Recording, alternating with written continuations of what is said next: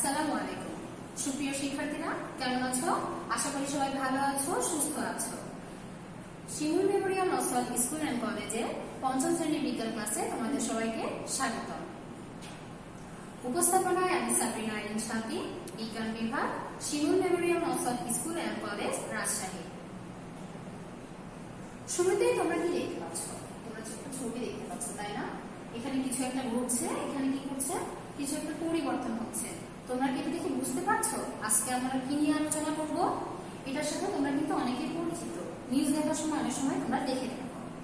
আশা করি অনেকেই অনুমান করতে পেরেছো। হ্যাঁ, আজকে আমরা কি সম্পর্কে পড়ব? আবহাওয়া এবং জলবায়ু। আজকে আমাদের পাঠের নাম হচ্ছে আবহাওয়া ও জলবায়ু। এটা হচ্ছে অধ্যায় 11।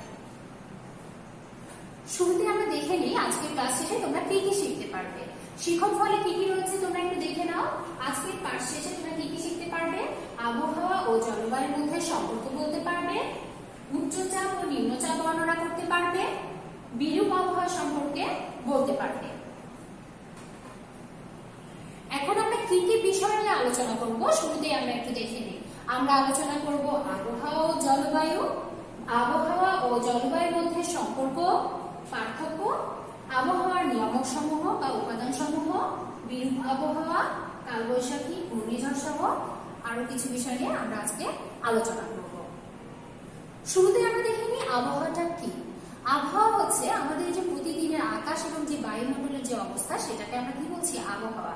আরো আমি সহজ করে যদি বলি, এই যে আজকে সকালে হয়তো রোদ হচ্ছে, কিছুক্ষণ পরে হয়তো বৃষ্টি হচ্ছে, এই যে আবার সন্ধ্যার দিকে হয়তো দেখা যাচ্ছে যে আবার একটু মেঘলা আবহাওয়া হলো, কিছুক্ষণ পর এই যে সময় অনুযায়ী তাপমাত্রার এবং আকাশের অবস্থার যে পরিবর্তনটা হচ্ছে, এটাকে আমরা কি বলছি? এটাকে আমরা বলছি আবহাওয়া। তো আবহাওয়ার কিছু উপাদান রয়েছে দেখো, বা নিয়ামক রয়েছে। প্রথমে রয়েছে কি? বায়ুর তাপমাত্রা, এরপর রয়েছে বায়ুর চাপ, বায়ুর আর্দ্রতা, বৃষ্টিপাত এবং বায়ু প্রবাহ। তাপমাত্রা বলতে আমরা কি বোঝাচ্ছি? এই যে যার মাধ্যমে আমরা ঠান্ডা গরম অনুভব করি, সেটাই হচ্ছে তাপমাত্রা। আর দেখো এখানে একটা কথা আছে, বায়ুর আর্দ্রতা। বায়ুর আর্দ্রতা বলতে আমরা কি বুঝি? বাতাসে যে জলীয় বাষ্পের পরিমাণ রয়েছে, সেটাকে আমরা কি বলছি? সেটাকে আমরা বলছি বায়ুর আর্দ্রতা। তাই তোমাদের যদি প্রশ্ন আসে যে বায়ুর উপাদানগুলো বা আবহাওয়ার উপাদানগুলো বা নিয়ামক সমূহ কি, তখন তোমরা কি বলবে? তখন তোমরা বলবে তাপমাত্রা, বায়ুর আর্দ্রতা, চাপ, বৃষ্টিপাত, বায়ু প্রবাহ, এগুলো বলতে হবে। তাহলে মোটামুটি তোমরা আবহাওয়া সম্পর্কে একটা ধারণা পেয়েছো। আমরা এর পরের অংশে চলে যাই। পরে আমাদের রয়েছে কি? জলবায়ু। জলবায়ুতে আমরা আসি। জলবায়ুতে আমরা কি দেখতে পাচ্ছি? এই যে আমরা আবহাওয়া বললাম প্রতিদিনের আকাশ ও বায়ুমণ্ডলের অবস্থা, আর জলবায়ুটা হচ্ছে একটা স্থানের কি হচ্ছে? বহু বছরের যে আবহাওয়া রয়েছে, সেটার একটা গড় অবস্থা। তার মানে আমরা প্রতিদিন ডে বাই ডে হিসাব করতে করতে দেখা যাচ্ছে যে অনেক 15 থেকে 20 বছর পরে আমরা গড় হিসাব করলে আবহাওয়ার যে অবস্থাটা দাঁড়াবে, সামগ্রিক অবস্থা, সেটাকে আমরা কি বলবো? জলবায়ু বলবো। তাহলে জলবায়ুর উপাদান আর হচ্ছে আবহাওয়ার উপাদানটা কিন্তু প্রায় একই রকম, দুটার মধ্যে কোনো পার্থক্য নেই। তারপরেও আমাদের জলবায়ুর ক্ষেত্রে আরো কিছু নিয়ামক বা উপাদান রয়েছে, সেগুলো আমরা একটু দেখে নিই। আমরা কি দেখছি? স্থানটির অক্ষাংশ, সমুদ্র স্রোত, সমুদ্র থেকে স্থানটির দূরত্ব, ভূমির উচ্চতা। এখন আমি বলছি দেখো স্থানটির অক্ষাংশ। তাহলে অক্ষাংশটা কি? আমরা যখন পৃথিবীর ম্যাপটা দেখি, তখন কি দেখি? যে উত্তর, দক্ষিণ, পূর্ব, পশ্চিম এরকম করে যে ভাগ করা রয়েছে, আমরা দেখি যে পৃথিবীর হচ্ছে মাঝ বরাবর যে অংশটা রয়েছে, নিরক্ষরেখা বলছি, সেই নিরক্ষরেখা থেকে উত্তর দক্ষিণ বরাবর আমার যে কৌণিক দূরত্ব রয়েছে যে কোনো দিকে, সেটাকে আমরা কি বলছি? অক্ষাংশ। তাহলে যে স্থানটির আমরা জলবায়ুর কথা বলছি, সেই স্থানটি হচ্ছে অক্ষাংশ আমাদের কি করতে হবে? সেই স্থানটির অক্ষাংশ উপরেও আমাদের জলবায়ু নির্ভর করবে। আর কি করবে? সমুদ্রের যে স্রোত রয়েছে, সেই স্রোতের উপরেও আমাদের জলবায়ু নির্ভর করবে। আবার সমুদ্র থেকে যে স্থানে জলবায়ুর কথা আমরা বলছি, সেই স্থানটার দূরত্ব কতটুকু, তারপর ভূমি থেকে সেটার উচ্চতা কতটুকু। যেমন আমাদের পাহাড়ি অঞ্চল যেগুলো রয়েছে, সেগুলো কি? সেগুলো কি সমতল ভূমি চেয়ে একটু উঁচু না? এরকম কিছু উপাদান বা নিয়মক রয়েছে, যেগুলোর ফলে কি করি? যেগুলো দিয়ে আমরা জলবায়ু মেজারমেন্ট করি। তাহলে দেখো এই যে আবহাওয়ার জলবায়ু দুটা কথা বললাম আমি, আবহাওয়া জলবায়ুর কথা বললাম, এই দুটার মধ্যে কিছু একটা মৌলিক ডিফারেন্স রয়েছে, তাই না? আমরা একটা দেখলাম যে প্রতিদিনের যে অবস্থা আমার আকাশ আর বায়ুমণ্ডলে সেটাকে আমরা বলছি আবহাওয়া। আর জলবায়ু কোনটাকে বলছি? জলবায়ুকে আমরা বলছি আমাদের যে দেখা যাচ্ছে যে 15 থেকে 20 বছরের বা বহু বছরের তোমার যে গড় যে আবহাওয়া সেটাকে আমরা বলছি জলবায়ু। মোটামুটি কিন্তু আমরা আবহাওয়া আর জলবায়ুর মধ্যে পার্থক্য করতে পেরেছি। তারপরেও আমাদের এর পরের যে টপিকটা রয়েছে আমরা দেখছি, সেখানেও আমরা করবো কি আবহাওয়া ও জলবায়ুর মধ্যে সম্পর্ক ও পার্থক্য। তাহলে আমরা এতক্ষণে দেখলাম আবহাওয়া ও জলবায়ুর মধ্যে একটা ঘনিষ্ঠ সম্পর্ক রয়েছে। কারণ কি আবহাওয়ার যে উপাদান, জলবায়ুর যে উপাদান, দুটাই কিন্তু কি একই রকমের। তারপরে জলবায়ুর ক্ষেত্রে আমাদের আলাদা কিছু নিয়ামক রয়েছে, সেগুলো আমরা দেখে ফেলেছি। তাহলে আমরা দেখি আবহাওয়া ও জলবায়ুর মধ্যে পার্থক্যটা পড়ার আগে আমরা একটা ছোট্ট একটা উদাহরণ দিই। মনে করো যে তুমি তোমার যে সাবজেক্ট গুলো রয়েছে সেখানে দেখা যাচ্ছে বাংলাতে A+ পেয়েছো, গণিতে A+ পেয়েছো, ধর্মে A পেয়েছো, আবার কোনো কারণে হয়তো তুমি কি করলে বিজ্ঞানে হচ্ছে কি পেয়ে গেলে A পেয়ে গেলে, A+ পেলে না। তাহলে কিছু সাবজেক্টে তোমার A, কিছু সাবজেক্টে A+ এরকম ছিল। এগুলো কিন্তু যখন গড় করা হচ্ছে, তোমার যখন সামগ্রিক রেজাল্টটা দেওয়া হচ্ছে, তখন কিন্তু তুমি যদিও A+ পেয়েছিলে কিন্তু তোমার গড় রেজাল্টটা কিন্তু A+ আসবে না। কারণ কিছু সাবজেক্টে তোমার কি ছিল, কিছু সাবজেক্টে তোমার A ছিল। তাহলে সার্বিকভাবে তোমার রেজাল্টটা কিন্তু এই দাঁড়াচ্ছে। এই যে আমরা গড় করলাম সবগুলো যে সাবজেক্ট আছে, সাবজেক্টের রেজাল্টগুলোকে গড় করে যে অবস্থাটা পেলাম, সেটাকে আমরা কি বলতে পারি? জলবায়ু বলতে পারি। আর ওই যে সাবজেক্ট ওয়াইজ যে নাম্বারগুলো ছিল সেগুলোকে আমরা আবহাওয়া বলতে পারি, তাই না? আরো সহজ করে বলতে গেলে তোমাদের যে বার্ষিক পরীক্ষার রেজাল্টটা হয় সেটাতে কি হয়? প্রথম সাময়িক, দ্বিতীয় সাময়িক সহ সবগুলো কি হয়? 3 টার্মের রেজাল্ট যোগ করে একটা গড় করা হয়, সেখান থেকে ফার্স্ট, সেকেন্ড, থার্ড নির্ণয় করা হয়। তো জলবায়ুর ক্ষেত্রে আমার কি করা হবে? এভাবে একটা গড় করা হবে আবহাওয়ার, তারপরে সেটা থেকে আমাদের কি করা হবে? কোনো একটা দেশের বা স্থানের জলবায়ুটা কেমন হবে সেটা নির্ধারণ করা হবে। যেমন বাংলাদেশের আবহাওয়াটা কিরকম? বাংলাদেশের জলবায়ুটা হচ্ছে তোমার নাতিশীতোষ্ণ, আবার অন্যদিকে তোমার দেখো রাশিয়ার জলবায়ুটা হচ্ছে শীতল। তো এইগুলো সবকিছু ডিপেন্ড করছে আসলে তোমার বহু বছরের যে আবহাওয়ার যে সামগ্রিক ফল রয়েছে, সেটা হচ্ছে গড় রয়েছে, সেটার উপরে ডিপেন্ড করছে সেই স্থানের জলবায়ুটা কেমন হবে। এখন আমরা এখানে কিছু পার্থক্য দেওয়া রয়েছে। আমরা প্রথমে বলেছি আকাশ ও বায়ুমণ্ডলের অবস্থা, কিন্তু আবহাওয়াটা হচ্ছে কি আকাশ ও বায়ুমণ্ডলের সাময়িক অবস্থা, আর হচ্ছে জলবায়ুটা হচ্ছে কোনো স্থানের তোমার দীর্ঘস্থায়ী অবস্থা। আর আবহাওয়াটা একটা ক্ষুদ্র স্থানে কি করা হয়? ক্ষুদ্র স্থানের মধ্যে তোমার হচ্ছে নির্ণয় করা হয়। আর জলবায়ুটা কি হয়? বৃহৎ স্থান জুড়ে। যেমন দেখো তোমার আমার যে এই রাজশাহীতে মনে করো বৃষ্টি হচ্ছে, তাই না? কিন্তু নাটোরে কিন্তু এ সময় বৃষ্টি নাও হতে পারে। তাহলে আমরা দেখো পরে একটা কথা বলেছি যে পাশাপাশি এলাকার আবহাওয়া একই নাও হতে পারে। তাহলে নাটোর জেলা, রাজশাহী জেলা এর পাশাপাশি হওয়া সত্ত্বেও দুই জায়গার আবহাওয়া কিন্তু একই নাও হতে পারে। কিন্তু জলবায়ুর ক্ষেত্রে আমার পাশাপাশি এলাকার জলবায়ুটা যেহেতু বৃহৎ স্থান জুড়ে আমরা বলেছি, অবশ্যই জলবায়ু যখন আমরা নির্ধারণ করবো তখন বৃহৎ স্থান জুড়ে আমি তখন দেশের বাহিরে যদি চলে যাই, যে আমার বাংলাদেশের বাহিরে পার্শ্ববর্তী দেশ আমার যেটা রয়েছে, আমার মনে করো ভারতের কথা ধরি, জলবায়ুর মাধ্যমে কি হচ্ছে? জলবায়ু পরিবর্তনের ফলে কিন্তু আমাদের এই যে 6টা ঋতু আসে, গ্রীষ্ম, বর্ষা, শরৎ, হেমন্ত, শীত, বসন্ত, এগুলো যে আসছে, এই যে 6টা ঋতু আসছে, এই ঋতুগুলো কিন্তু জলবায়ুর হচ্ছে ফলে পরিবর্তন হচ্ছে।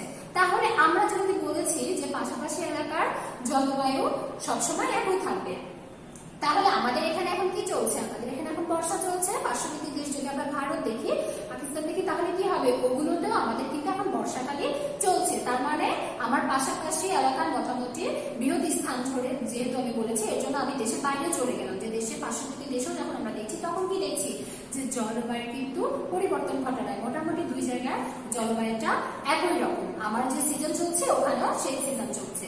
তাহলে আমরা আবহাওয়া জলবায়ুর সম্পর্ক দেখলাম, পার্থক্য দেখলাম। পার্থক্য যদি লিখতে বলা হয় তাহলে কি তোমরা লিখতে পারবে না? অবশ্যই লিখতে পারবে।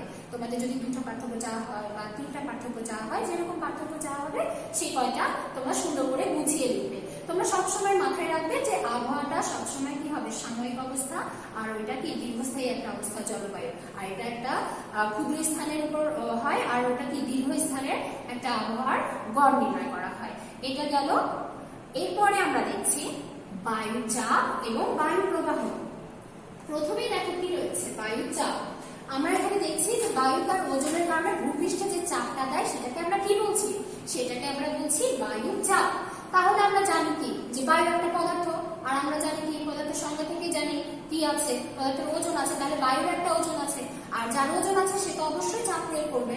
তাহলে কি হচ্ছে? এই যে বায়ু, যে পদার্থ এবং বায়ু হচ্ছে কি হচ্ছে ভূপৃষ্ঠে যে চাপটা দিচ্ছে সেটাকে আমরা কি বলছি বায়ু চাপ বলছি। এরপরে দেখো এখানে একটা কথা আছে যে উচ্চচাপ অঞ্চল থেকে নিম্নচাপ অঞ্চলে বায়ু প্রবাহিত হয়। বায়ু তাহলে কোন দিকে প্রবাহিত হয়? উচ্চচাপ অঞ্চল থেকে নিম্নচাপ অঞ্চলের দিকে প্রবাহিত হয়। এরপর আমরা দেখছি বায়ু প্রবাহ।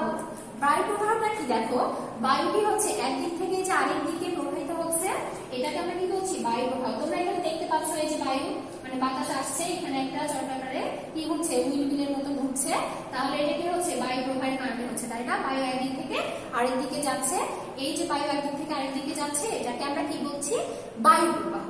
এখন বায়ু প্রবাহিত হয় কেন সেটা আমরা জেনে নিই। তোমরা এখানে দেখতে পাচ্ছ এখানে দেখি যে আছে এখানে কিছু ঠান্ডা ভারী বায়ু আছে। বায়ু যখন ঠান্ডা থাকবে তখন কি হবে সেটা ভারী হবে, আর যখন এটা তাপ পাবে হালকা হয়ে যাবে। আমরা জানি যে কি পদার্থ বিভিন্ন ক্ষুদ্র ক্ষুদ্র কণা দ্বারা গঠিত, তো বায়ু যেহেতু ক্ষুদ্র ক্ষুদ্র কণা দ্বারা গঠিত, যখন কি হচ্ছে সূর্যের তাপ আসছে আসার ফলে কি হচ্ছে আমরা যখন তাপটা পাচ্ছে তখন তাপের ফলে এই যে ঠান্ডা বা ভারী যে বায়ুটা আছে তখন সেটা কি হচ্ছে গরম হয়ে যাওয়ার ফলে তার যে অণুগুলো আছে অণুগুলো তখন দূরে দূরে সরে যাচ্ছে, সরে যাওয়ার ফলে কি হচ্ছে হালকা হয়ে এটা আস্তে আস্তে কি হচ্ছে এই যে উপরের দিকে উঠে যাচ্ছে।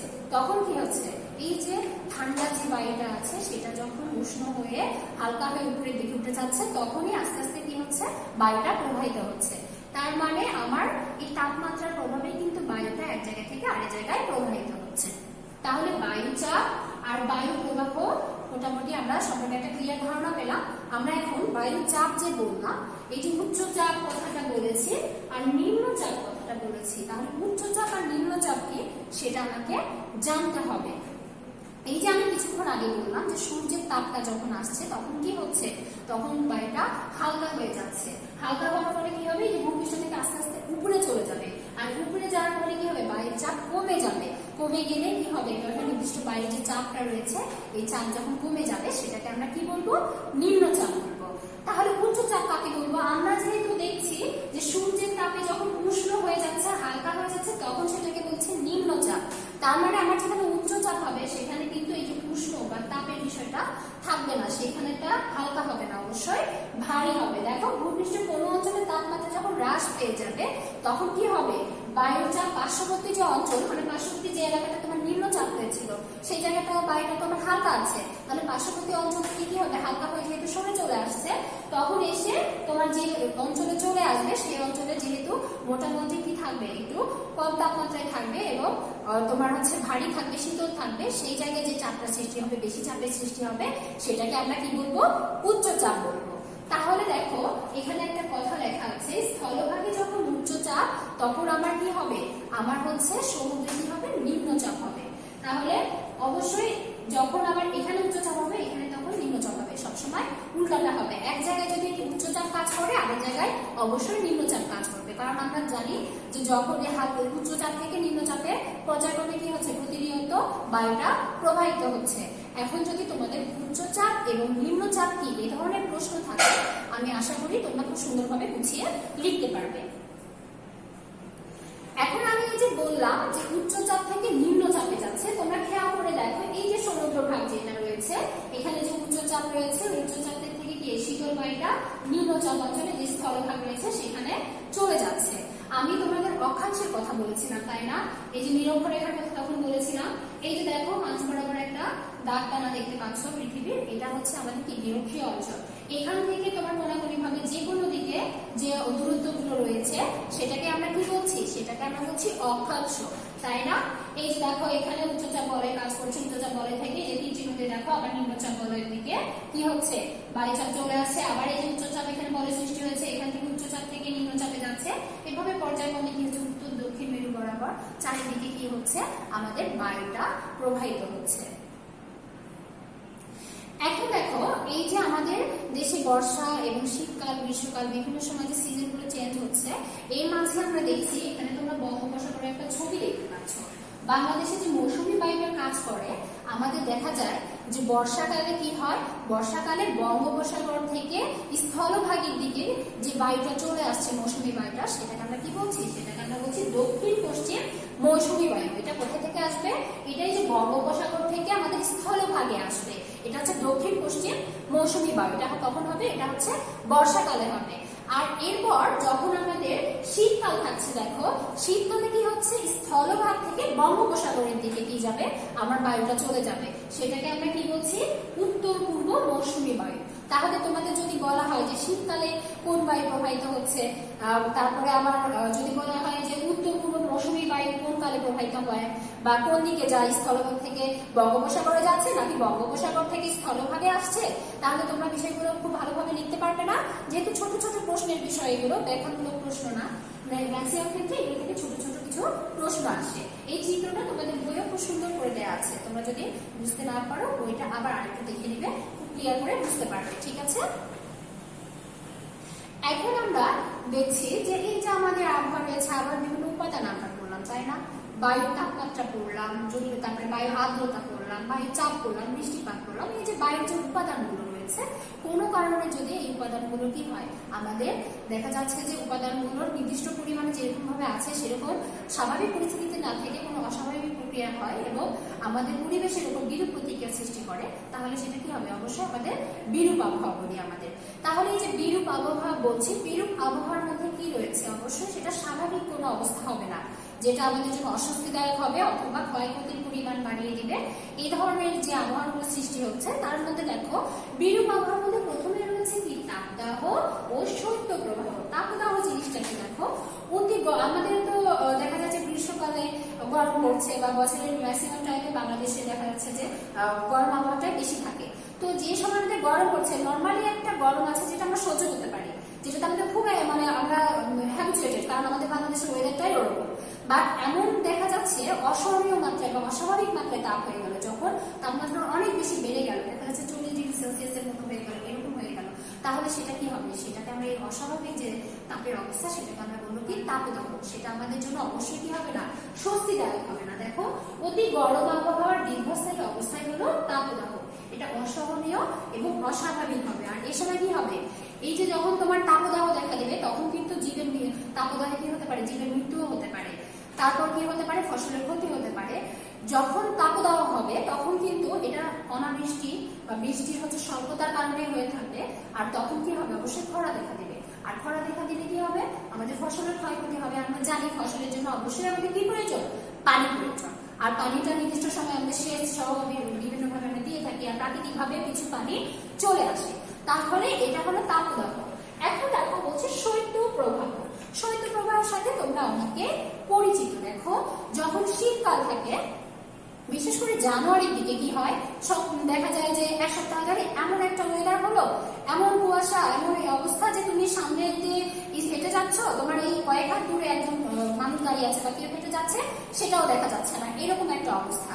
এইটাকে আমরা তখন কি বলি, টানা দেখা যাচ্ছে এক সপ্তাহ ধরে অনেক সময় থেকে যাচ্ছে, আমরা কি বলি, যে নিউজে শুনতে পাই যে কি হচ্ছে, শৈত্যপ্রবাহ হচ্ছে। তাহলে শৈত্যপ্রবাহ জিনিসটা কি, দেখো যে উত্তরের শুষ্ক ও শীতল বায়ু আমাদের দেশের উপর দিয়ে যখন যাবে তখন কি হবে, শীতকালে তখন তাপমাত্রাটা যে স্বাভাবিক যে তাপমাত্রাটা শীতকালে থাকে তার চেয়েও অনেক বেশি কমে যাবে, তখন সেটাকে আমরা কি বলবো, শৈত্যপ্রবাহ বলবো। আমরা একটা ছবি দেখে নেই, ছবি দেখলে তোমরা একটু ক্লিয়ার হবে। আমি তাপদাহের কথা বলেছিলাম না, যে অস্বস্তিদায়ক এবং অস্বস্তিকর অবস্থার সৃষ্টি হবে। দেখতে পাচ্ছ এখানে টেম্পারেচার কত হাই হয়ে গেছে, একজন ব্যক্তি কি করছে, পানি দিয়ে তার মাথায় পানি দিচ্ছে। এটা কেন দিচ্ছে, তাপদাহের ফলে। তাপদাহের ফলে অনেক সময় কি হয়ে যায়, হিট স্ট্রোক হয়ে যায়, মানে তাপের ফলে অনেক সময় মানুষ স্ট্রোক করে ফেলে, মানে যখন প্রচন্ড তাপদাহ দেখা যায়। নর্মালি যখন গরম হয় তখন কি এরকম অস্বস্তি বোধ করে বা এরকম হিট স্ট্রোক হয় না। কখন হয়, যখন টেম্পারেচারটা অত্যাধিক বেড়ে যায়, যখন তাপদাহের সৃষ্টি হয় তখন কিন্তু এরকম হয়। এখানে তোমরা শৈত্যপ্রবাহের এখানে দেখতে পাচ্ছ, সরি এখানে একটা জলফলা ছুটে গেছে, তোমরা শৈত্যপ্রবাহের এখানে দেখতে পাচ্ছ কি, এখানে একজন কি করছে, রসের হচ্ছে হাড়ি নিয়ে যাচ্ছে। এটা দেখে কিন্তু বোঝা যাচ্ছে এটা শীতকালে হয়ে থাকে, এই ছবি দেখে আমরা বুঝতে পারছি। আর ছবিটা কিন্তু ক্লিয়ার না, কেন ক্লিয়ার না, কারণ আমরা বলেছি শৈত্যপ্রবাহ হলে কি হবে, এই যে কুয়াশাটা অনেক বেশি হবে বা ঠান্ডা যেহেতু অনেক বেশি পড়ে, তখন কি হয়, তখন দেখা যায় যে চারিদিকে অনেক বেলা পর্যন্ত দেখা যাচ্ছে যে এক জায়গা থেকে দূরবর্তী স্থান পর্যন্ত কি হয় না, স্পষ্ট বা পরিষ্কার ভাবে দেখা যায় না। এই জন্য কিন্তু এটা ঝাপসা ঝাপসা হয়ে আছে, তার মানে কি এখানে শৈত্যপ্রবাহের কারণে, কুয়াশার কারণে ব্যক্তিটিকে দেখা যাচ্ছে না। আশা করি তোমরা তাপদাহ এবং শৈত্যপ্রবাহ সম্পর্কে খুব ভালোভাবে বুঝতে পেরেছো। এখন আমি আরেকটা বিষয় নিয়ে আলোচনা করবো, সেটা হচ্ছে কি বন্যা। ছবি দেখে তোমরা বুঝতে পারছো মোটামুটি যে বন্যা হলে মানুষের কি ধরনের সমস্যা হতে পারে। তাহলে দেখো বন্যা জিনিসটা কি, নর্মালি তো পানিতে আমাদের দেখা যাচ্ছে বৃষ্টি হলে এই যে ড্রেনেজ সিস্টেম ভালো না থাকার কারণে রাস্তা ডুবে যাচ্ছে, তাহলে কি ওটা আমরা বন্যা বলবো? অবশ্যই ওটা আমরা বন্যা বলবো না। ওটা কিন্তু ডুবে যাচ্ছে কি আমাদের ড্রেনেজ সিস্টেমের প্রবলেম, বা পানিটা ঠিক মতো প্রবাহিত হতে পারছে না, এই জন্য রাস্তাঘাট ডুবে যাচ্ছে নর্মালি। আবার ঘন্টাখানি পরে বা দেখা যাচ্ছে পরের দিন ওটা নেমে যাচ্ছে। কিন্তু বন্যা হলে কি হবে? বন্যা হলে অবশ্যই এরকম পানি হঠাৎ করে একদিনে বা কয়েক ঘন্টায় নেমে যাবে না। তাহলে বন্যার সংজ্ঞাটা আমরা একবার দেখে নিই। বন্যা হলো তুলনামূলকভাবে পানির উচ্চ প্রবাহ, যা কোনো নদীর প্রাকৃতিক বা কৃত্রিম যে তীর রয়েছে সেটা কি করবে? অতিক্রম করে উপকূল ছাপিয়ে কি করবে?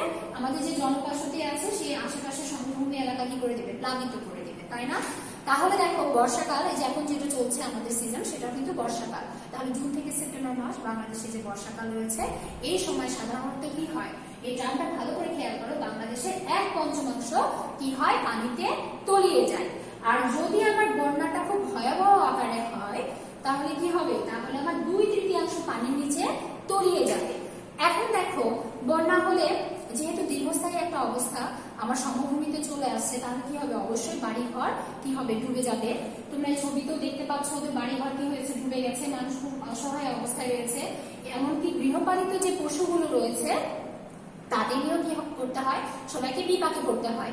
আর যেহেতু আমাদের যে নলকূপ সহ যে তোমার এমনি যে কূপ রয়েছে, যেগুলো থেকে মানুষ সাধারণত বিশুদ্ধ পানি বা খাবার পানি খেয়ে থাকে, আমাদের সেগুলো কি হয়? পানির নিচে যেহেতু তলিয়ে যায়, মানুষের কিন্তু থাকার অসুবিধা সহ এখানে কি হচ্ছে?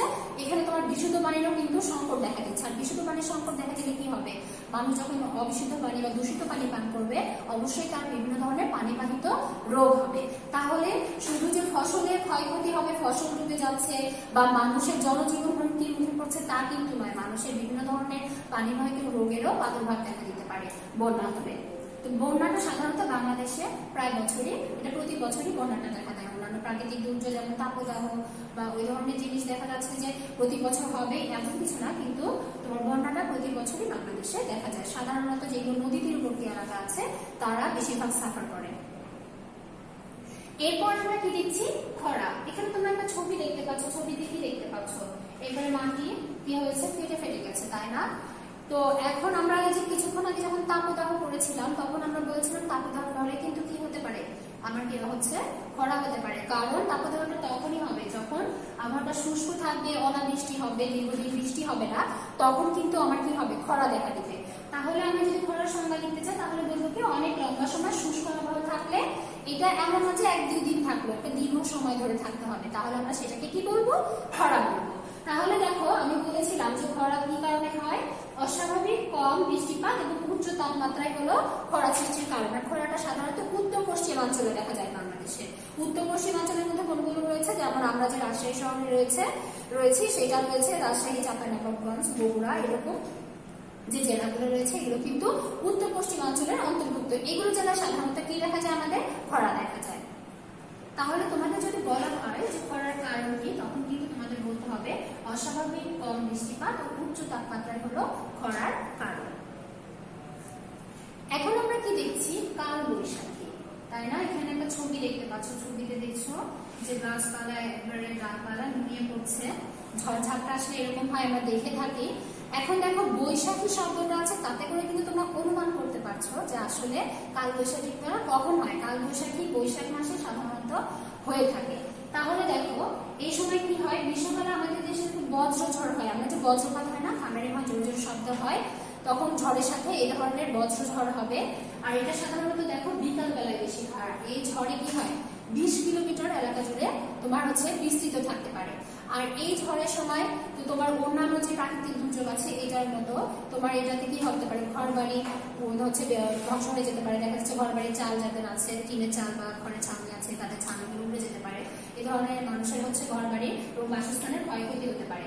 আর একটা কথা আছে, দেখো এখানে বজ্র বৃষ্টি, ভারী বৃষ্টি বলতে আমি বললাম শিলা বৃষ্টি হয়। তোমরা শিলা বৃষ্টির সাথে পরিচিত। বৃষ্টির সাথে অনেক সময় সাথে সাথে বরফের টুকরোগুলো পড়ে না, সেগুলোকে আমরা কি বলছি? তখন ওই বৃষ্টিটাকে আমরা বলছি শিলা বৃষ্টি।